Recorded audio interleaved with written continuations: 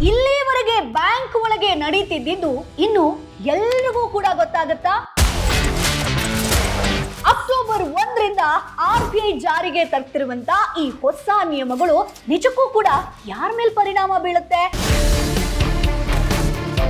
ಬ್ಯಾಂಕ್ಗಳು FD ಬಡ್ಡಿ ದರವನ್ನ ಹೇಗೆ ನಿಗದಿಪಡಿಸುತ್ತೆ ಅನ್ನೋದು ನಿಮ್ಗೆಲ್ರಿಗೂ ಕೂಡ ಗೊತ್ತಿರಲೇಬೇಕು. ಒಂದೇ FDಗೆ ಒಬ್ಬರಿಗೆ ಒಂದು ಬಡ್ಡಿ ದರ, ಇನ್ನೊಬ್ಬರಿಗೆ ಮತ್ತೊಂದು ಬಡ್ಡಿ ದರ ಕೊಡೋದು ಇನ್ನು ಮುಂದೆ ಸಾಧ್ಯ ಆಗೋದಿಲ್ವಾ? ಬ್ಯಾಂಕ್ಗಳಲ್ಲಿ VIP ಗ್ರಾಹಕರಿಗೆ ಸಿಗ್ತಿದ್ದಂತ ವಿಶೇಷ ಸೌಲಭ್ಯಕ್ಕೆ RBI ನಿಜಕ್ಕೂ ಕೂಡ ಬ್ರೇಕ್ ಹಾಕಿದ್ಯಾ? ಅನ್ಯಾಯ ಆದ್ರೆ ಬ್ಯಾಂಕ್ ಮ್ಯಾನೇಜರ್ ಎದುರು ಇನ್ನು ಮುಂದೆ ನೀವು ಕೂಡ ನೇರವಾಗಿ ಪ್ರಶ್ನೆ ಮಾಡುವಂತ ಆ ಹೊಸ ಅಸ್ತ್ರ ಈಗ ನಿಮ್ಮ ಕೈ ಸೇರಲಿದೆ. ಸೋಷಿಯಲ್ ಮೀಡಿಯಾದಲ್ಲಿ ವೈರಲ್ ಆಗ್ತಿರುವಂತ RBI FD ಸುದ್ದಿಯಲ್ಲಿ ನಿಜ ಎಷ್ಟು ಸುಳ್ಳೆಷ್ಟು ಇವೆಲ್ಲದರ ಬಗ್ಗೆ ಕಂಪ್ಲೀಟ್ ಮಾಹಿತಿ ನಿಮಗೆ ಸಿಗಬೇಕು ಅಂತಂದ್ರೆ ಈ ವಿಡಿಯೋವನ್ನ ಕೊನೆ ತನಕ ಮಿಸ್ ಮಾಡದೆ ನೋಡಿ. ಹಾಯ್ ಹಲೋ ನಮಸ್ಕಾರ, ವೆಲ್ಕಮ್ ಟು ಬಾಸ್ವಾಲಾ ಯೂಟ್ಯೂಬ್ ಚಾನೆಲ್. ನಾನು ಚೈತ್ರ.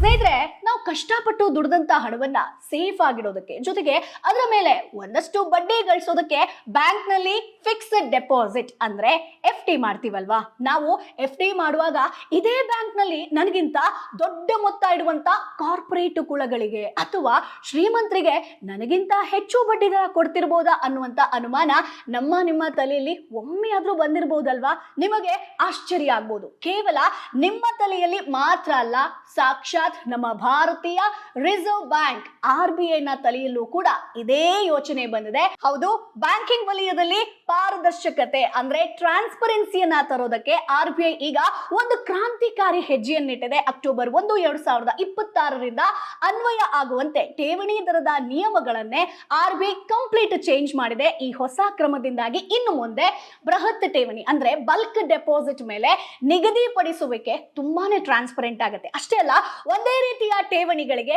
ಕೆಲವರಿಗೆ ಮಾತ್ರ ನೀಡಲಾಗ್ತಿದ್ದಂತ ಆ VIP ಟ್ರೀಟ್ಮೆಂಟ್ ಆದ್ಯತೆಯ ಬಡ್ಡಿ ದರಗಳನ್ನ ಇದು ಶಾಶ್ವತವಾಗಿ ಎಂಡ್ ಮಾಡುತ್ತೆ. ಅಂದ್ರೆ ಅವ್ರಿಗೊಂದು ಬಡ್ಡಿ ಇವ್ರಿಗೊಂದು ಬಡ್ಡಿ ಅನ್ನುವಂಥದ್ದಿಲ್ಲ. ಸೊ ಇವತ್ತಿನ ವಿಡಿಯೋದಲ್ಲಿ RBI ತಂದಿರುವಂತ ಈ ಹೊಸ ರೂಲ್ಸ್ ಗಳೇನು, ಇದರಿಂದ ಸಾಮಾನ್ಯ ಜನರಿಗೆ ಅಥವಾ ದೊಡ್ಡ ಹೂಡಿಕೆದಾರರಿಗೆ ಏನೇನ್ ಲಾಭ ಸಿಗುತ್ತೆ, ಬ್ಯಾಂಕ್ಗಳ ಆಟಕ್ಕೆ RBI ಹೇಗೆ ಬ್ರೇಕ್ ಹಾಕಿದೆ ಅನ್ನೋದನ್ನ ಎಳೆಯಾಗಿ ಹಂತ ಹಂತವಾಗಿ ಈಸಿಯಾಗಿ ನಿಮ್ಗೆ ಎಕ್ಸ್ಪ್ಲೈನ್ ಮಾಡ್ತಾ ಹೋಗ್ತೀನಿ. ಸೊ ಹಾಗಾಗಿ ವಿಡಿಯೋವನ್ನ ಸ್ಕಿಪ್ ಮಾಡದೆ ನೋಡಿ. ಸೊ ಈಗ ಮುಖ್ಯ ವಿಚಾರದಿಂದಲೇ ಶುರು ಮಾಡೋಣ. ಜುಲೈ 30, 2026ರಿಂದ RBI ಒಂದು ಪ್ರಮುಖ ಸುತ್ತೋಲೆಯನ್ನ ಹೊರಡಿಸಿತು ಸ್ನೇಹಿತರೆ. ಅದರ ಹೆಸರು ಭಾರತೀಯ ರಿಸರ್ವ್ ಬ್ಯಾಂಕ್ ವಾಣಿಜ್ಯ ಬ್ಯಾಂಕ್ಗಳು ಹಾಗೆ ಠೇವಣಿಗಳ ಮೇಲಿನ ಬಡ್ಡಿ ದರ ಎರಡನೇ ತಿದ್ದುಪಡಿ ನಿರ್ದೇಶನಗಳು 2026 ಅಂತ. ಈ ನಿರ್ದೇಶನದ ಮೂಲಕ ಬ್ಯಾಂಕ್ಗಳು ಠೇವಣಿಗಳ ಮೇಲಿನ ಬಡ್ಡಿ ದರಗಳನ್ನ ಹೇಗೆ ನಿಗದಿಪಡಿಸಬೇಕು, ಜೊತೆಗೆ ಅದನ್ನ ಜನರಿಗೆ ಹೇಗೆ ಬಹಿರಂಗ ಪಡಿಸಬೇಕು ಅಂದ್ರೆ ಡಿಸ್ಕ್ಲೋಸ್ ಮಾಡಬೇಕು ಅನ್ನೋದ್ರ ಮೇಲೆ 3 ಅತ್ಯಂತ ನಿರ್ದಿಷ್ಟ ಹಾಗೆ ಕಟ್ಟುನಿಟ್ಟಿನ ಚೇಂಜಸ್ ಗಳನ್ನ ಮಾಡಿದೆ ಸ್ನೇಹಿತರೆ. ನಿಮ್ಗೆಲ್ಲ ಗೊತ್ತಿರಬೇಕಾದಂತ ಮುಖ್ಯ ವಿಚಾರ ಅಂತಂದ್ರೆ ಈ ಎಲ್ಲ ಬದಲಾವಣೆಗಳು ಅಕ್ಟೋಬರ್ 1, 2026ರಿಂದಲೇ ಜಾರಿಗೆ ಬರುತ್ತೆ. ಸೊ ನೀವು ಅನ್ಕೊಳ್ಬಹುದು ಇದು ಕೇವಲ ದೊಡ್ಡ ದೊಡ್ಡ ಕಮರ್ಷಿಯಲ್ ಅಥವಾ ವಾಣಿಜ್ಯ ಬ್ಯಾಂಕ್ಗಳಿಗೆ ಮಾತ್ರ ಸೀಮಿತನಾ ಮೇಡಮ್ ಅಂತ ಹೇಳ್ಕೊಂಡು, ಖಂಡಿತ ಇಲ್ಲ. ಈ ಹೊಸ ನಿರ್ದೇಶನಗಳನ್ನ ಏಕಕಾಲದಲ್ಲಿ ಸಣ್ಣ ಹಣಕಾಸು ಬ್ಯಾಂಕ್ ಅಂದ್ರೆ ಸ್ಮಾಲ್ ಫಿನಾನ್ಸ್ ಬ್ಯಾಂಕ್ಸ್ ಹೇಳ್ತೀವಲ್ವಾ, ನಮ್ಮ ಪ್ರಾದೇಶಿಕ ಗ್ರಾಮೀಣ ಬ್ಯಾಂಕ್ ಆಗಿರ್ಬೋದು, ಪೇಮೆಂಟ್ ಬ್ಯಾಂಕ್ ಆಗಿರ್ಬೋದು, ಸ್ಥಳೀಯ ಪ್ರಾದೇಶಿಕ ಬ್ಯಾಂಕ್ಗಳಾಗಿರ್ಬೋದು, ಜೊತೆಗೆ ನಿಮ್ಮ ನೆಚ್ಚಿನ ನಗರ ಸಹಕಾರಿ ಬ್ಯಾಂಕ್ಗಳಿಗೂ ಕೂಡ ಇದು ಅನ್ವಯ ಆಗುವಂತೆ ಕೊಟ್ಟಿರುವಂತದ್ದು. ಇದರ ಅರ್ಥ ಬಹಳ ಸಿಂಪಲ್ ಸ್ನೇಹಿತರೆ. ಠೇವಣಿ ದರಗಳ ಮೇಲಿನ ಈ ಹೊಸ ಟ್ರಾನ್ಸ್ಪರೆನ್ಸಿ ಆಗಿರ್ಬೋದು, ಏಕರೂಪತೆಯ ನಿಯಮ ಆಗಿರ್ಬೋದು, ಇಡೀ ಭಾರತದ ಬ್ಯಾಂಕಿಂಗ್ ವ್ಯವಸ್ಥೆಗೆ ಇದು ಅನ್ವಯಿಸುತ್ತೆ. ಸೊ ಯಾರೊಬ್ರು ಕೂಡ ಈ ನಿಯಮದಿಂದ ತಪ್ಪಿಸ್ಕೊಳ್ಳೋದಕ್ಕಾಗಲ್ಲ. ಹಾಗಾದ್ರೆ RBI ತಂದಿರುವಂತ ಆ ಎಲ್ಲ ಬದಲಾವಣೆಗಳ ಕೇಂದ್ರ ಬಿಂದು ಆಗಿರೋದು ನಿಮ್ಮಂತಹ ಸಾಮಾನ್ಯ ಜನರು ಬಹುತೇಕವಾಗಿ ಅಪರೂಪವಾಗಿ ಯೋಚಿಸುವಂತ ಠೇವಣಿಯ ಒಂದು ನಿರ್ದಿಷ್ಟ ವರ್ಗ ಆಗಿರುತ್ತೆ ಸ್ನೇಹಿತರೆ. ಅದೇ ಬೃಹತ್ ಠೇವಣಿ ಅಥವಾ ನಾವು ಇಂಗ್ಲಿಷ್ ಅಲ್ಲಿ ಹೇಳಬೇಕು ಅಂತಂದ್ರೆ ಬಲ್ಕ್ ಡೆಪಾಸಿಟ್ ಅಂತ ಹೇಳ್ತೀವಿ. ಹಾಗಾದ್ರೆ ಈ ಒಂದು ಅಧಿಸೂಚನೆ ಅಥವಾ ನೋಟಿಫಿಕೇಶನ್ ಯಾಕೆ ಇಷ್ಟೊಂದು ಮುಖ್ಯವಾಗಿದೆ ಅನ್ನೋದನ್ನ ಫಸ್ಟ್ ನಾವು ಅರ್ಥ ಮಾಡ್ಕೊಳ್ಬೇಕಾಗತ್ತೆ. ಸೊ ಮೊದಲು ಈ ಒಂದು ಬಲ್ಕ್ ಠೇವಣಿ ಏನಿದೆಯೋ ಏನು ಅನ್ನೋದನ್ನ ನಾನು ಸಿಂಪಲ್ ಆಗಿ ನಿಮ್ಗೆ ತಿಳಿಸ್ಕೊಡ್ತಾ ಹೋಗ್ತೀನಿ. ಸೊ ಬ್ಯಾಂಕಿಂಗ್ ಭಾಷೆಯಲ್ಲಿ ಸ್ನೇಹಿತರೆ ಬೃಹತ್ ಠೇವಣಿ ಅಂತಂದ್ರೆ ನೋಡಿ ಸಿಂಪಲ್ 3 ಕೋಟಿ ರೂಪಾಯಿ ಅಥವಾ ಅದಕ್ಕಿಂತ ಹೆಚ್ಚಿನ ಮೊತ್ತವನ್ನ ಬ್ಯಾಂಕ್ ನಲ್ಲಿ ಒಂದೇ ಬಾರಿಗೆ ಇಡುವಂತ ಸಿಂಗಲ್ ಫಿಕ್ಸ್ಡ್ ಡೆಪಾಸಿಟ್ ಅಂತ ಬರುತ್ತೆ. ಸಾಮಾನ್ಯವಾಗಿ ನಿಮ್ಮಂತ ರಿಟೇಲ್ ಗ್ರಾಹಕರು, ಚಿಲ್ಲರೆ ಗ್ರಾಹಕರು ಅಂದ್ರೆ ಮಧ್ಯಮ ವರ್ಗದವರು ಇಷ್ಟೊಂದು ದೊಡ್ಡ ಮೊತ್ತದ ಠೇವಣಿಗಳನ್ನ ಮಾಡೋದಕ್ಕೆ ಸಾಧ್ಯನಾ? ಖಂಡಿತ ಇಲ್ಲ. ಹಾಗಾದ್ರೆ ಈ ಬೃಹತ್ ಠೇವಣಿಗಳನ್ನ ಮಾಡೋರು ಯಾರು? ಇವುಗಳನ್ನ ಸಾಮಾನ್ಯವಾಗಿ ದೊಡ್ಡ ದೊಡ್ಡ ಕಂಪನಿ ಆಗಿರ್ಬೋದು, ಬೃಹತ್ ವ್ಯಾಪಾರಿ ಸಂಸ್ಥೆಗಳಾಗಿರ್ಬೋದು ಅಥವಾ ಟ್ರಸ್ಟ್ಗಳಾಗಿರ್ಬೋದು, ಹೆಚ್ಚಿನ ನಿವ್ವಳ ಮೌಲ್ಯ ಉಳ್ಳಂತಹ ವ್ಯಕ್ತಿಗಳು ಅಂದ್ರೆ ನಾವು ಹೈ ನೆಟ್ ವರ್ತ್ ಇಂಡಿವಿಜುವಲ್ಸ್ ಅಂತ ಹೇಳ್ತೀವಿ, ಅವ್ರು ಇಡ್ತಾರೆ. ಸೊ ಇವರು ದೊಡ್ಡ ಮೊತ್ತದ ಹಣವನ್ನ ಬಡ್ಡಿ ಗಳಿಸುವಂತ ಒಂದು ರೀಸನ್ ಅಂದ್ರೆ ನಿರ್ದಿಷ್ಟ ಅವಧಿಗೆ ಬ್ಯಾಂಕ್ಗಳಲ್ಲಿ ಡೆಪಾಸಿಟ್ ಮಾಡ್ತಾರೆ ಸ್ನೇಹಿತರೆ. ಇಲ್ಲಿ ಒಂದು ದೊಡ್ಡ ಸಮಸ್ಯೆ ಇತ್ತು, ಅದೇನಪ್ಪಾ ಅಂತಂದ್ರೆ ಸೊ ಇಲ್ಲಿ ಒಳಗೊಂಡಿರುವಂತ ಮೊತ್ತ ಅಂತಂದ್ರೆ 3 ಕೋಟಿನೋ 5 ಕೋಟಿನೋ 10 ಕೋಟಿ ಹೀಗೆ ಬಹಳ ದೊಡ್ಡದಾಗಿರೋದ್ರಿಂದ ಬ್ಯಾಂಕ್ಗಳು ಏನ್ ಮಾಡ್ತಿದ್ವು ಗೊತ್ತಾ? ಈ ದರಗಳನ್ನ ಪಬ್ಲಿಕ್ ಆಗಿ ಎಲ್ರಿಗೂ ಕೂಡ ಒಂದೇ ರೀತಿ ನೀಡ್ತಾ ಇರಲಿಲ್ಲ. ಬದಲಾಗಿ ಖಾಸಗಿ ಮಾತುಕತೆಗಳು ಅಂದ್ರೆ ಪ್ರೈವೇಟ್ ನೆಗೋಸಿಯೇಷನ್ ಅಂತ ಬರುತ್ತಲ್ವಾ, ಅದ್ರ ಮೂಲಕ ಬಡ್ಡಿ ದರವನ್ನ ಫಿಕ್ಸ್ ಮಾಡ್ತಾ ಇದ್ರು. ಫಾರ್ ಎಕ್ಸಾಂಪಲ್, ಬ್ಯಾಂಕ್ ಬೇಕಾದಂತ ತಮಗೆ ಲಾಭ ತಂದು ಕೊಡುವಂತ ನೆಚ್ಚಿನ ಸಂಸ್ಥೆಯ ಗ್ರಾಹಕರು ಬಂದ್ರೆ ಅವರಿಗೆ ಒಂದೊಳ್ಳೆ ಅಂದ್ರೆ ನೆಚ್ಚಿನ ಬಡ್ಡಿ ದರಗಳನ್ನ ಕೊಡೋದು. ಆದ್ರೆ ಅದೇ ದಿನ ಅದೇ ಬ್ಯಾಂಕ್ಗೆ ಅದೇ ಮೊತ್ತವನ್ನ ಠೇವಣಿ ಮಾಡೋದಕ್ಕೆ ಬರುವಂತ ಒಬ್ಬ ಸಾಮಾನ್ಯ ಮಿಡಲ್ ಕ್ಲಾಸ್ ಅಥವಾ ಹೊಸ ಸಂಸ್ಥೆಗೆ ಕಡಿಮೆ ಬಡ್ಡಿ ದರವನ್ನ ಕೊಡೋದಾಗಿರ್ಬೋದು. ಈ ತಾರತಮ್ಯದ ಪದ್ಧತಿ ವರ್ಷದಿಂದ ನಡೀತಾ ಇತ್ತು. ಆದ್ರೆ RBI ನ ಈ ಹೊಸ ನಿಯಮದಿಂದ ಈ ಪದ್ಧತಿಗೆ ಈಗ ಶಾಶ್ವತವಾಗಿ ಬ್ರೇಕ್ ಬೀಳ್ತಾ ಇದೆ. ಇನ್ನು ಮುಂದೆ ಹಿಂಗಾಗಲ್ಲ. ಹಾಗಾದ್ರೆ ಅಕ್ಟೋಬರ್ 1ರಿಂದ ನಿಖರವಾಗಿ ಏನ್ ಚೇಂಜಸ್ ಆಗ್ತಾ ಇದೆ? ಬನ್ನಿ, 3 ಪ್ರಮುಖ ಚೇಂಜಸ್ ಗಳನ್ನ ನಾನು ಹೇಳ್ತಾ ಹೋಗ್ತೀನಿ, ಗಮನದಲ್ಲಿಟ್ಕೇಳಿ. ಸೊ ಬ್ಯಾಂಕ್ಗಳು ಪ್ರತಿದಿನ ಬೆಳಿಗ್ಗೆ 10:10 ಒಳಗೆ ಬೃಹತ್ ಠೇವಣಿ ದರಗಳನ್ನ ಪ್ರಕಟಿಸಲೇಬೇಕು. ಹೌದು, ಅಕ್ಟೋಬರ್ 1ರಿಂದ ಪ್ರತಿಯೊಂದು ವಾಣಿಜ್ಯ ಬ್ಯಾಂಕ್ ಪ್ರತಿ ವ್ಯವಹಾರದ ದಿನದಂದು ಬಿಸಿನೆಸ್ ಡೇಸ್ ಅಂತ ಬರುತ್ತಲ್ವಾ, ಬೆಳಿಗ್ಗೆ ಸರಿಯಾಗಿ 10 ಗಂಟೆ ಒಳಗೆ ತನ್ನ ಅಧಿಕೃತ ವೆಬ್ಸೈಟ್ ನಲ್ಲಿ ಬೃಹತ್ ಠೇವಣಿಗಳ ಬಡ್ಡಿ ದರಗಳನ್ನ ಪ್ರಕಟಿಸಬೇಕು. ಇಲ್ಲಿ ಬ್ಯಾಂಕ್ಗಳಿಗೆ ಕೇವಲ 10 ನಿಮಿಷಗಳ ಗ್ರೇಸ್ ಅವಧಿಯನ್ನ ಕೊಡ್ತಾರೆ. ಸೊ ಈ ಒಂದು ಟೈಮ್ ಅಲ್ಲಿ ನೀವು ಅಂದ್ರೆ ಎಷ್ಟೇ ತಡವಾದ್ರೂ ಕೂಡ ಗರಿಷ್ಠ 10:10 ಒಳಗೆ ಆ ದರಗಳು ಪಬ್ಲಿಕ್ ಡೊಮೇನ್ ನಲ್ಲಿ ಇರಲೇಬೇಕು. ಈ ರೂಲ್ಸ್ ಅನ್ನ ಜಾರಿಗೆ ತಂದಿದೆ. ಸೊ ಈ ನಿಯಮ ಎಷ್ಟು ಸ್ಪಷ್ಟ ಆಗಿದೆ ಅಂತಂದ್ರೆ, ಬ್ಯಾಂಕ್ ಯಾವುದೇ ಠೇವಣಿಯ ಮೇಲೆ ಅಂದ್ರೆ ಅದು ಬೃಹತ್ ಆಗಿರ್ಲಿ ಅಥವಾ ಬೇರೆ ಸಿಂಪಲ್ ಠೇವಣಿ ಆಗಿರ್ಲಿ, ನೀಡುವಂತ ದರ ಅದರ ವೆಬ್ಸೈಟ್ ಅಲ್ಲಿ ಈಗಾಗಲೇ ಡಿಸ್ಪ್ಲೇ ಆಗಿರಬೇಕು. ಆ ದರಕ್ಕೆ ನಿಖರವಾಗಿ 100% ಹೊಂದಿಕೆ ಆಗಲೇಬೇಕು. ಏನೂ ಚೇಂಜಸ್ ಮಾಡ್ಕೊಳ್ಳೋ ಹಾಗಿಲ್ಲ. ಸಾರ್ವಜನಿಕವಾಗಿ ಪ್ರಕಟಿಸಿರೋದಕ್ಕಿಂತ ಭಿನ್ನವಾದಂತ ಬಡ್ಡಿ ದರವನ್ನ ರಹಸ್ಯವಾಗಿ ಯಾವುದೇ ಠೇವಣಿದಾರರಿಗೆ ಕೊಡೋ ಹಾಗಿಲ್ಲ ಸ್ನೇಹಿತರೆ. ಇದು ತಿಳಿತಾ? ಸೊ ಇದನ್ನ ಇನ್ನು ಸಿಂಪಲ್ ಆಗಿ ನಿಮ್ಗೆ ಪ್ರಾಕ್ಟಿಕಲ್ ಆಗಿ ನಾನೊಂದು ಹೇಳ್ತೀನಿ ನೋಡಿ. ಸೊ ನೀವೊಬ್ಬ ಕಾರ್ಪೊರೇಟ್ ಕಂಪನಿಯ ಖಜಾನೆ ಅಧಿಕಾರಿ ಆಗಿದ್ದೀರಾ ಅಂದ್ರೆ ಟ್ರೆಜರಿ ಆಫೀಸರ್ ಆಗಿದ್ದೀರಾ ಅಂತ ಅನ್ಕೊಳ್ಳಿ, ಅಥವಾ ಒಂದು ದೊಡ್ಡ ಸಂಸ್ಥೆಯನ್ನ ನಡೆಸ್ತಾ ಇದ್ದೀರಾ, ಅಥವಾ ಬೃಹತ್ ಠೇವಣಿ ಇಡುವಂತ ಒಬ್ಬ HNI ವ್ಯಕ್ತಿ ಆಗಿದ್ದೀರಾ ಅಂತ ಅನ್ಕೊಳ್ಳಿ. ಇನ್ನು ಮುಂದೆ ನೀವು ಪ್ರತಿದಿನ ಬೆಳಿಗ್ಗೆ ಎದ್ದು ನಿಮ್ಮ ಬ್ಯಾಂಕ್ ವೆಬ್ಸೈಟ್ ಅನ್ನ ಚೆಕ್ ಮಾಡಬಹುದು. ಆ ದಿನ ನಿರ್ದಿಷ್ಟವಾಗಿ ನಿಮಗೆ ಯಾವ ಬಡ್ಡಿ ದರ ಲಭ್ಯ ಇದೆ ಅನ್ನೋದನ್ನ ನಿಖರವಾಗಿ ಇಲ್ಲಿ ತಿಳ್ಕೊಳ್ಬಹುದು ಸ್ನೇಹಿತರೆ. ಸೊ ಇದರಿಂದ ಏನ್ ಚೇಂಜಸ್ ಆಗುತ್ತೆ ಮೇಡಮ್ ಅಂತ ನೀವು ಕೇಳ್ಬೋದು. ಇತರರಿಗೆ ತಿಳಿಯದಂತೆ ಮ್ಯಾನೇಜರ್ ಕ್ಯಾಬಿನ್ ನಲ್ಲಿ ನಡೀತಿದ್ದಂತ ಆ ಪ್ರೈವೇಟ್ ಮಾತುಕತೆಗಳು ಏನಿದೆಯೋ, ಪರ್ಸನಲ್ ಮೀಟಿಂಗ್ ಏನಿದೆಯೋ, ಇನ್ನು ಮುಂದೆ ಇರೋದಿಲ್ಲ ಸ್ನೇಹಿತರೆ. ಅಯ್ಯೋ, ಆ ಕಂಪನಿಗೆ ನನಗಿಂತ ಉತ್ತಮವಾದಂತ ಡೀಲ್ ಸಿಕ್ಕಿದ್ಯಾ ಅನ್ನುವಂತ ಸಂಶಯಕ್ಕೂ ಇನ್ನು ಮುಂದೆ ಆಸ್ಪದವೇ ಇರೋದಿಲ್ಲ. ಸೊ ಎಲ್ಲವೂ ಕೂಡ ಟ್ರಾನ್ಸ್ಪರೆಂಟ್ ಆಗಿರುತ್ತೆ. ಇನ್ನು ಸ್ನೇಹಿತರೆ, ಎರಡನೇ ಚೇಂಜಸ್ ಹೇಳ್ತೀನಿ ನೋಡಿ. ಇದು ಅತಿ ಮುಖ್ಯವಾದಂತ ಒಂದು ಚೇಂಜಸ್ ಆಗಿರುತ್ತೆ. ಸೊ ಇದು ಬ್ಯಾಂಕಿಂಗ್ ವ್ಯವಸ್ಥೆಯಲ್ಲಿ ಸೊ ನಿಮ್ಗೆ ಫೇರ್ನೆಸ್ ಅಂತ ಅಂತೀವಲ್ವಾ, ಆ ಒಂದು ತತ್ವವನ್ನ ಅತ್ಯಂತ ಬಲಪಡಿಸುತ್ತೆ. ಸೊ ಬ್ಯಾಂಕ್ಗಳು ಇನ್ನು ಮುಂದೆ ತಮ್ಮ ಎಲ್ಲ ಶಾಖೆಗಳಲ್ಲಿ ಅಂದ್ರೆ ಬ್ರಾಂಚಸ್ಗಳಲ್ಲಿ ತಮ್ಮ ಎಲ್ಲ ಗ್ರಾಹಕರಿಗೆ ಒಂದೇ ದಿನಾಂಕದಂದು ಇಡುವಂತ ಒಂದೇ ಮೊತ್ತದ ಠೇವಣಿಗಳ ಮೇಲೆ ಕಡ್ಡಾಯವಾಗಿ ಒಂದೇ ರೀತಿಯ ಬಡ್ಡಿ ದರವನ್ನ ನೀಡಲೇಬೇಕು ಸ್ನೇಹಿತರೆ. ಇದರ ಅರ್ಥ ಮೀನಿಂಗ್ ಏನಪ್ಪಾ ಅಂತಂದ್ರೆ, ಇವತ್ತು ಬೆಳಿಗ್ಗೆ ಒಂದೇ ಮೊತ್ತವನ್ನ ಠೇವಣಿ ಮಾಡೋದಕ್ಕೆ ಇಬ್ರು ಬೇರೆ ಬೇರೆ ಗ್ರಾಹಕರು ಬಂದ್ರೆ ಒಬ್ಬರ ಗ್ರಾಹಕನಿಗೆ ಒಂದು ಬಡ್ಡಿ ದರ, ಇನ್ನೊಬ್ಬ ಗ್ರಾಹಕನಿಗೆ ಬೇರೊಂದು ಬಡ್ಡಿ ದರವನ್ನ ಬ್ಯಾಂಕ್ ನೀಡೋ ಹಾಗಿಲ್ಲ. ಸೊ ಬ್ಯಾಂಕ್ಗಳು ತಮ್ಮ ನೆಚ್ಚಿನ ಅಥವಾ ಆದ್ಯತೆಯ ಸಾಂಸ್ಥಿಕ ಗ್ರಾಹಕರಿಗೆ ಅಂದ್ರೆ ದೊಡ್ಡವರು ಅಂತ ಹೇಳ್ತೀವಲ್ವಾ, ರಹಸ್ಯವಾಗಿ ಉತ್ತಮ ಬಡ್ಡಿ ದರಗಳನ್ನ ನೀಡೋ ಹಾಗಿಲ್ಲ, ಇತರರಿಗೆ ಕಡಿಮೆ ಬಡ್ಡಿ ದರಗಳನ್ನ ನೀಡೋ ಹಾಗಿಲ್ಲ. ಆ ಹಳೆಯ ಕೆಟ್ಟ ಪದ್ಧತಿಗೆ ನೇರವಾಗಿ ಕಡಿವಾಣವನ್ನ ಹಾಕಿದ್ದಾರೆ. ಇದು ಅಕ್ಟೋಬರ್ ಇಂದ ಕಂಪ್ಲೀಟ್ ಜಾರಿಗೆ ಬರುತ್ತೆ ಸ್ನೇಹಿತರೆ. ಇನ್ನು ಸ್ನೇಹಿತರೆ, ಮೂರನೇ ಬದಲಾವಣೆ ಸ್ವಲ್ಪ ಟೆಕ್ನಿಕಲ್ ಆಗಿ ನಾವು ನೋಡ್ಬೇಕು.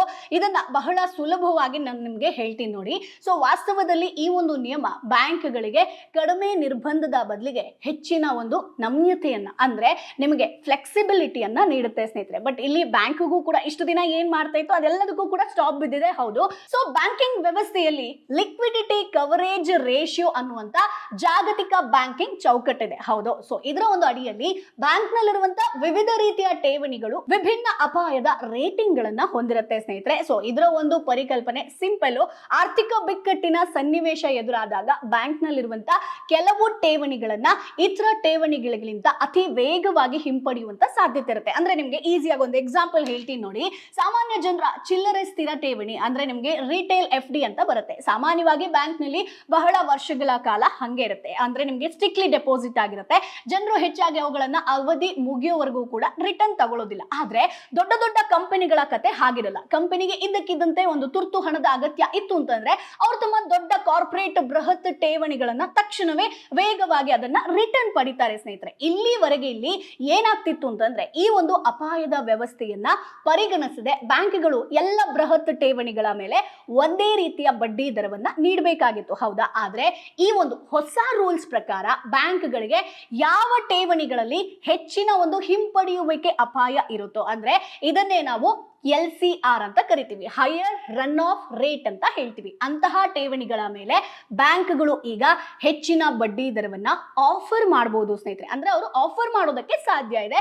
ಸೊ ಇದನ್ನ ಸಿಂಪಲ್ ಆಗಿ ಹೇಳಬೇಕು ಅಂತಂದ್ರೆ ಬ್ಯಾಂಕಿಂಗ್ ಸ್ಥಿರತೆಯ ದೃಷ್ಟಿಕೋನದಿಂದ ನಿಮ್ಮ ಒಂದು ಠೇವಣಿ, ನಿಮ್ಮ ಒಂದು ಡೆಪಾಸಿಟ್ ಏನಿರುತ್ತೋ ಹೆಚ್ಚು ವಾಲಟೈಲ್ ಬ್ಯಾಂಕ್ ಪರಿಗಣಿಸಿದ್ರೆ ಸೊ ನಿಮ್ಮ ಆ ದೊಡ್ಡ ಮೊತ್ತದ ಹಣವನ್ನ ತಮ್ಮಲ್ಲೇ ಉಳಿಸ್ಕೊಳ್ಳೋದಕ್ಕೆ ಅಥವಾ ಅದನ್ನ ಅಟ್ರಾಕ್ಟ್ ಮಾಡೋದಕ್ಕೆ ಬ್ಯಾಂಕ್ ನಿಮಗೆ ಕಾನೂನುಬದ್ಧವಾಗಿಯೇ ಉತ್ತಮ ಬಡ್ಡಿ ದರದೊಂದಿಗೆ ಪ್ರತಿಫಲವನ್ನ ನೀಡಬಹುದು. ಇದು ಕೇವಲ ದೇಶೀಯ ಬೃಹತ್ ಠೇವಣಿಗಳಿಗೆ ಮಾತ್ರ ಅಲ್ಲ, ದೊಡ್ಡ NRIಗಳಾಗಿರ್ಬೋದು, ವಿದೇಶಿ ಠೇವಣಿದಾರರು ಇಡುವಂತ ಅನಿವಾಸಿ ಬೃಹತ್ ಠೇವಣಿಗಳು ಎಲ್ಲದಕ್ಕೂ ಕೂಡ ಸಮನಾಗಿ ಇರುತ್ತೆ ಸ್ನೇಹಿತರೆ. ಇದನ್ನ ಗಮನದಲ್ಲಿಟ್ಕೋಬೇಕು. ಹಾಗಾದ್ರೆ ಈ ಬದಲಾವಣೆಗಳಿಂದ ನಿಜವಾಗ್ಲೂ ಕೂಡ ಯಾರಿಗೆ ಬೆನಿಫಿಟ್ ಅಂತ ನೀವು ಕೇಳಿದ್ರೆ ನೋಡಿ ಹೇಳ್ತಾ ಹೋಗ್ತೀನಿ. ಮೊದಲನೇದಾಗಿ ದೊಡ್ಡ ಕಾರ್ಪೊರೇಟ್ ಠೇವಣಿದಾರರಾಗಿರ್ಬೋದು, ಅವರ ಒಂದು ಟ್ರೆಷರಿ ಖಜಾನೆ ಇರುತ್ತಲ್ಲ ತಂಡಗಳು ಈ ಒಂದು ಟ್ರಾನ್ಸ್ಪರೆನ್ಸಿ ಬದಲಾವಣೆಗಳ ಪ್ರಮುಖ ಫಲಾನುಭವಿಗಳಾಗಿರ್ತಾರೆ. ಸೊ ಇವು 3 ಕೋಟಿ ಆಗಿರ್ಬೋದು, ಅದಕ್ಕಿಂತ ಹೆಚ್ಚಿನ ಬೃಹತ್ ಠೇವಣಿಗಳನ್ನ ಇಡುವಂತ ಸಂಸ್ಥೆಗಳಾಗಿರುತ್ತೆ. ಸೊ ಇಲ್ಲಿವರೆಗೆ ಇವರಿಗೆ ಸಿಕ್ತಿದ್ದಂತ ಬಡ್ಡಿ ದರ ಬ್ಯಾಂಕ್ನೊಂದಿಗೆ ಅವರ ಸಂಬಂಧ ಆಗಿರ್ಬೋದು, ಅವರ ಖಜಾನೆ ಅಧಿಕಾರಿಯ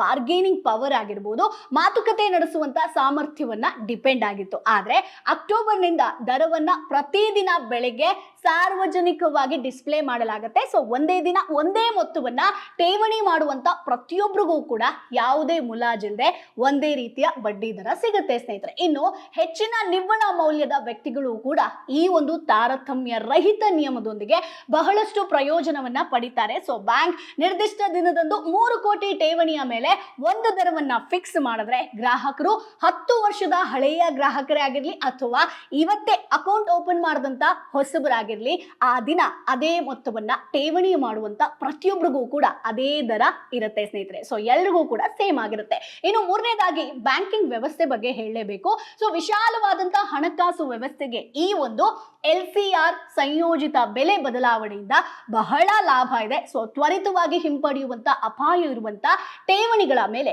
ಹೆಚ್ಚಿನ ಬಡ್ಡಿ ದರಗಳನ್ನ ನೀಡೋದಕ್ಕೆ ಅವಕಾಶ ಮಾಡಿಕೊಡೋ ಮೂಲಕ ಬ್ಯಾಂಕ್ಗಳು ತಮ್ಮ ಬಳಿ ಇರುವಂತ ನಗದು ಆಗಿರ್ಬೋದು ಅಥವಾ ಲಿಕ್ವಿಡಿಟಿ ಹೆಚ್ಚು ನಿಖರವಾಗಿ ನಿರ್ವಹಿಸೋದಕ್ಕೆ ಇಲ್ಲಿ ನಿಮಗೆ ಈಸಿ ಆಗುತ್ತೆ. ಜೊತೆಗೆ ಬ್ಯಾಂಕಿಂಗ್ ಅವುಗಳ ಒಂದು ನೈಜ ವೆಚ್ಚವನ್ನ ಪ್ರತಿಬಿಂಬಿಸುವ ರೀತಿಯಲ್ಲೇ ಬೆಲೆಯನ್ನ ನಿಗದಿಪಡಿಸೋದಕ್ಕೆ RBI ಬ್ಯಾಂಕ್ಗಳಿಗೆ ಹೆಲ್ಪ್ ಮಾಡ್ತಾ ಇದೆ. ಸೊ ಅಂತಿಮವಾಗಿ ಇದು ಭಾರತೀಯ ಬ್ಯಾಂಕಿಂಗ್ ವ್ಯವಸ್ಥೆಯನ್ನ ಇನ್ನಷ್ಟು ಭದ್ರಪಡಿಸುವಂತ ಒಂದೊಳ್ಳೆ ಕ್ರಮ ಅಂತಾನೆ ಹೇಳ್ಬೋದು. ಸೊ ಈಗ ನೀವು ಕೇಳ್ಬೋದು ಮೇಡಮ್, ನಾನು 3 ಕೋಟಿಗಿಂತ ಕಡಿಮೆ ಮೊತ್ತವನ್ನ ಇಡುವಂತ ಒಂದು ಸಾಮಾನ್ಯ ಚಿಲ್ಲರೆ ಠೇವಣಿದಾರ, ನನಗೇನು ಇದರಿಂದ ಲಾಭ ಮೇಡಮ್ ಅಂತ ನೀವು ಕೇಳ್ಬೋದು. ಹೌದು, 3 ಕೋಟಿಗಿಂತ ಕಡಿಮೆ ಠೇವಣಿ ಮಾಡುವವರ ಮೇಲೆ ಈ ನಿರ್ದಿಷ್ಟ ಬದಲಾವಣೆಗಳು ನೇರವಾಗಿ ಪರಿಣಾಮ ಬೀಳೋದಿಲ್ಲ. ಹೌದು, ಯಾಕಂತಂದ್ರೆ ಈ ನಿಯಮಗಳು ಬೃಹತ್ ಠೇವಣಿಗಳನ್ನ ಮಾತ್ರ ಗುರಿಯಾಗಿಸ್ಕೊಂಡಿದೆ. ಆದಾಗ್ಯೂ ಕೂಡ ಬ್ಯಾಂಕ್ ಪ್ರಕಟಿಸುವ ದರಗಳಾಗಿರ್ಬೋದು, ವಾಸ್ತವವಾಗಿ ನೀಡಲಾಗುವ ದರಗಳು ಸೊ ನಿಖರವಾಗಿ ಹೊಂದಿಕೆ ಆಗಬೇಕು. ಅಂದ್ರೆ ಇಲ್ಲಿ ನಿಮಗೆ ಟ್ರಾನ್ಸ್ಪರೆನ್ಸಿಯನ್ನ ಮೇಂಟೈನ್ ಮಾಡ್ತಾ ಇದೆ. ಸೊ ಇದರಿಂದ ಬ್ಯಾಂಕಿಂಗ್ ವ್ಯವಸ್ಥೆ ಮೇಲೆ ನಂಬಿಕೆ ಹೆಚ್ಚಾಗುತ್ತೆ. ಹೌದಾ, ಸೊ RBI ಈ ಕಠಿಣ ನಿರ್ಧಾರವನ್ನ ಯಾಕೆ ಮಾಡಿದೆ ಅನ್ನೋದನ್ನ ಕೂಡ ನಾನು ಹೇಳ್ತೀನಿ ನೋಡಿ. ಸೊ ಇತ್ತೀಚೆಗೆ ಠೇವಣಿಗಳ ಮೇಲಿನ ಬಡ್ಡಿ ದರದ ಪ್ರಸ್ತುತ ಚೌಕಟ್ಟನ್ನ RBI ಚೆಕ್ ಮಾಡಿದೆ. ಸೊ ಬ್ಯಾಂಕಿಂಗ್ ವ್ಯವಸ್ಥೆಯಲ್ಲಿ ಟ್ರಾನ್ಸ್ಪರೆನ್ಸಿ ಅನ್ನೋದು ಅನ್ನೋದಾಗಿರ್ಬೋದು ಅಥವಾ ಮಾಹಿತಿಯ ಬಹಿರಂಗಪಡಿಸುವಿಕೆಯನ್ನಾಗಿರ್ಬೋದು, ಅಂದ್ರೆ ನಾವು ಡಿಸ್ಕ್ಲೋಸರ್ ಅಂತ ಅಂತೀವಲ್ವಾ, ಸೊ ಅಂತಾರಾಷ್ಟ್ರೀಯ ಮಟ್ಟಕ್ಕೆ ಸುಧಾರಿಸುವಂತ ಏಕೈಕ ಉದ್ದೇಶದಿಂದ ಇಷ್ಟೆಲ್ಲ ಬದಲಾವಣೆಗಳನ್ನ RBI ಮಾಡಿರುವಂತದ್ದು, ಅಧಿಕೃತ ಅಧಿಸೂಚನೆಯನ್ನ ಕೊಟ್ಟಿರುವಂತದ್ದು. ಸೊ ಪ್ರತಿದಿನ ಬೆಳಗ್ಗೆ 10:10 ಒಳಗೆ ಬಡ್ಡಿ ದರ ಪ್ರಕಟಿಸಲೇಬೇಕು ಅನ್ನುವಂತ ನಿಯಮ ಇದೆಯಲ್ಲ, ಇದು ಒಂದು ಪ್ರಮುಖ ಸ್ಟ್ರಕ್ಚರಲ್ ಬದಲಾವಣೆ ಆಗಿರುತ್ತೆ. ಸೊ ಇದುವರೆಗೂ ಬೃಹತ್ ಠೇವಣಿ ದರ ನಿಗದಿ ಮಾಡೋದು ಹೆಚ್ಚಾಗಿ ಖಾಸಗಿ ಆಗಿರ್ಬೋದು, ಮುಚ್ಚಿದ ಬಾಗಿಲೊಳಗೆ ನಡೀತಾ ಇತ್ತು, ವ್ಯಕ್ತಿಗತ ಸಂಬಂಧ ಆಧಾರಿತ ಪ್ರಕ್ರಿಯೆ ಆಗಿತ್ತು. ಆದ್ರೆ ಈಗ ಅದನ್ನ ಸಾರ್ವಜನಿಕವಾಗಿ ಎಲ್ರಿಗೂ ಕೂಡ ಗೊತ್ತಾಗಬೇಕು ಅಂತ ಹೇಳ್ಕೊಂಡು ಸಮಯವನ್ನ, ಅಂದ್ರೆ ನಿಮ್ಗೆ ಟೈಮ್ ಸ್ಟ್ಯಾಂಪ್ಡ್ ಟ್ರಾನ್ಸ್ಪರೆನ್ಸಿ ಪ್ರಕ್ರಿಯೆಯನ್ನ RBI ತಂದಿರುವಂತದ್ದು ಸ್ನೇಹಿತರೆ. ಸೊ ಇದರಿಂದ ಎಷ್ಟರ ಮಟ್ಟಿಗೆ ಪಾರದರ್ಶಕತೆ ಬರುತ್ತೆ ಅಂತಂದ್ರೆ, ಯಾವುದೇ ಒಬ್ಬ ಠೇವಣಿದಾರ ಆ ಬ್ಯಾಂಕ್ ನ ಸ್ಪರ್ಧಿ ಅಥವಾ ಸ್ವತಃ ಒಂದು ರೆಗ್ಯುಲೇಟರ್ ಬೆಳಿಗ್ಗೆ 10:15ಕ್ಕೆ ಬ್ಯಾಂಕ್ ನ ವೆಬ್ಸೈಟ್ ಅನ್ನ ಪರಿಶೀಲಿಸಿದ್ರೆ ಸಾಕು, ಆ ದಿನ ಬ್ಯಾಂಕ್ ಯಾವ ಬಡ್ಡಿ ದರವನ್ನ ನೀಡ್ತಿದೆ ಅನ್ನೋದನ್ನ ನಿಖರವಾಗಿ ತಿಳ್ಕೋಬಹುದು. ಸೊ ಸ್ನೇಹಿತರೆ, ನೀವು ದೊಡ್ಡ ಠೇವಣಿಗಳನ್ನ ಇಡೋದಾದ್ರೆ ತಿಳ್ಕೊಳ್ಳೇಬೇಕಾದಂತ 3 ಪ್ರಮುಖ ವಿಚಾರಗಳನ್ನ ಹೇಳ್ತೀನಿ ನೋಡಿ. ಸೊ ಒಂದು ವೇಳೆ ನೀವು ಅಥವಾ ನಿಮ್ಮ ವ್ಯಾಪಾರ ಸಂಸ್ಥೆ ಯಾವುದೇ ವಾಣಿಜ್ಯ ಬ್ಯಾಂಕ್ ನಲ್ಲಿ 3 ಕೋಟಿ ಅಥವಾ ಅದಕ್ಕಿಂತ ಹೆಚ್ಚಿನ ಮೊತ್ತದ FD ಯನ್ನ ಇಡೋದಾದ್ರೆ ಅಕ್ಟೋಬರ್ 1ರಿಂದ ನೀವು ತಪ್ಪದೇ ಮಾಡಬೇಕಾದಂತ ಒಂದಷ್ಟು ಕೆಲಸಗಳನ್ನ ಹೇಳ್ತೀನಿ. ಮೊದಲನೇದಾಗಿ ಚೆಕ್ ದ ರೇಟ್ಸ್, ಅಂದ್ರೆ ಬಡ್ಡಿ ದರಗಳನ್ನ ಚೆಕ್ ಮಾಡ್ಕೊಳ್ಳಿ. ನೀವು ನಿಮ್ಮ ಠೇವಣಿ ಇಡೋ ಮೊದಲು ಆ ನಿರ್ದಿಷ್ಟ ದಿನದ ಪ್ರಕಟಿತ ಬೃಹತ್ ಠೇವಣಿ ದರ ಎಷ್ಟಿದೆ ಅನ್ನೋದನ್ನ ಪ್ರತಿದಿನ ಬೆಳಗ್ಗೆ 10 ಗಂಟೆಯ ನಂತರ 10:10 ಒಳಗೆ ನಿಮ್ಮ ಒಂದು ಬ್ಯಾಂಕ್ ನ ಅಧಿಕೃತ ವೆಬ್ಸೈಟ್ ಅನ್ನ ಕಡ್ಡಾಯವಾಗಿ ಚೆಕ್ ಮಾಡಿ. ಯಾರೋ ಹೇಳಿದನ್ನ ನಂಬೋದಕ್ಕೆ ಹೋಗ್ಬೇಡಿ, ನೀವೇ ಖುದ್ದಾಗಿ ಚೆಕ್ ಮಾಡಿ. ಇನ್ನು ಎರಡನೇದಾಗಿ ನಿಮ್ಮ ಸಾಮಾನ್ಯ ಹಕ್ಕನ್ನ ತಿಳ್ಕೊಳ್ಳಿ ಸ್ನೇಹಿತರೆ. ನೋ ಯುವರ್ ರೈಟ್ಸ್, ಅಂದ್ರೆ ಆ ಬ್ಯಾಂಕ್ ನ ಯಾವುದೇ ಶಾಖೆಯಲ್ಲಿ ಅದೇ ದಿನ ಅದೇ ಮೊತ್ತವನ್ನ ಠೇವಣಿ ಮಾಡುವ ಯಾವುದೇ ಇತರ VIP ಠೇವಣಿದಾರರಿಗೆ ಸಿಗುವಂತ ಅತಿ ಹೆಚ್ಚಿನ ಬಡ್ಡಿ ದರಕ್ಕೆ ನೀವು ಕೂಡ ಸಮನಾಗಿ ಅರ್ಹರಾಗಿದ್ದೀರಾ ಅನ್ನೋದನ್ನ ಮರಿಬೇಡಿ. ಸೊ ಧೈರ್ಯವಾಗಿ ಕೇಳುವಂತ ಹಕ್ಕು ಕೂಡ ನಿಮಗಿದೆ. ಇನ್ನು ಉಲ್ಲಂಘನೆಯ ವರದಿ ಮಾಡಿ, ಅಂದ್ರೆ ಏನಾದ್ರೂ ವೈಲೇಷನ್ಗಳು ಆಗ್ತಿತ್ತು ಅಂತಂದ್ರೆ ನೀವು ರಿಪೋರ್ಟ್ ಮಾಡಬಹುದು. ಒಂದು ವೇಳೆ ನಿಮ್ಮ ಬ್ಯಾಂಕು ಅಥವಾ ಮ್ಯಾನೇಜರ್ ತನ್ನ ವೆಬ್ಸೈಟ್ ಅಲ್ಲಿ ಪ್ರಕಟಿಸಿರೋದಕ್ಕಿಂತ ವಿಭಿನ್ನವಾದಂತ ಒಂದು ಬಡ್ಡಿ ದರವನ್ನ, ಅಂದ್ರೆ ಕಡಿಮೆ ದರವನ್ನ ನಿಮಗೆ ನೀಡೋದಕ್ಕೆ ಮುಂದಾದ್ರೆ ಅಥವಾ ಹೇಳಿದ್ರೆ ತಕ್ಷಣ ಎಚ್ಚೆತ್ಕೊಳ್ಳಿ. ಅದು RBI ನ ಕಟ್ಟುನಿಟ್ಟಿನ ನಿರ್ದೇಶನಗಳ ನೇರ ಉಲ್ಲಂಘನೆ ಆಗಿರುತ್ತೆ. ಈ ಬಗ್ಗೆ ನೀವು RBI ನ ಓಂಬುಡ್ಸ್ಮನ್ ಗೆ ಡೈರೆಕ್ಟ್ ಆಗಿ ನೀವು ಕಂಪ್ಲೇಂಟ್ ಮಾಡಬಹುದು. ಸೊ RBI ನಿಮ್ಮ ಬೆನ್ನಿಗಿರುತ್ತೆ. ಸೊ ಸ್ನೇಹಿತರೆ, ನೋಡಿದ್ರಲ್ಲ, RBI ನ ಈ ಒಂದು ಬ್ಯಾಂಕಿಂಗ್ ವ್ಯವಸ್ಥೆಯ ಈ ಮಹತ್ವದ ಬದಲಾವಣೆ ಬಗ್ಗೆ ಪ್ರತಿಯೊಬ್ಬರಿಗೂ ಕೂಡ ತಿಳ್ಕೊಳ್ಳಬೇಕು. ಹಾಗಾಗಿ ನಿಮ್ಮ ಫ್ರೆಂಡ್ಸು, ಫ್ಯಾಮಿಲಿಗೆ ಈ ವಿಡಿಯೋವನ್ನ ಶೇರ್ ಮಾಡೋದನ್ನ ಮರಿಬೇಡಿ. ಸೊ RBI ನ ಈ ಹೊಸ ಕ್ರಮದ ಬಗ್ಗೆ ನಿಮ್ಮ ಅಭಿಪ್ರಾಯ ಏನು ಅದನ್ನ ಕಮೆಂಟ್ ಬಾಕ್ಸ್ ಅಲ್ಲಿ ತಪ್ಪದೇ ತಿಳಿಸಿ. ಮುಂದಿನ ವಿಡಿಯೋದಲ್ಲಿ ಮತ್ತಷ್ಟು ಮಾಹಿತಿ ಜೊತೆ ನಾನು ನಿಮ್ಮ ಮುಂದೆ ಹಾಜರಿರ್ತೀನಿ. ಅಲ್ಲಿವರೆಗೂ ಬೈ ಬಾಯ್. ಬ್ರಾಂಡ್ ಪಾರ್ಟ್ನರ್ಶಿಪ್ ಮತ್ತು ಜಾಹೀರಾತಿಗಾಗಿ ಸಂಪರ್ಕಿಸಿ brand@bosswala.com. WhatsApp number 9108014192. Bosswala. Be the boss.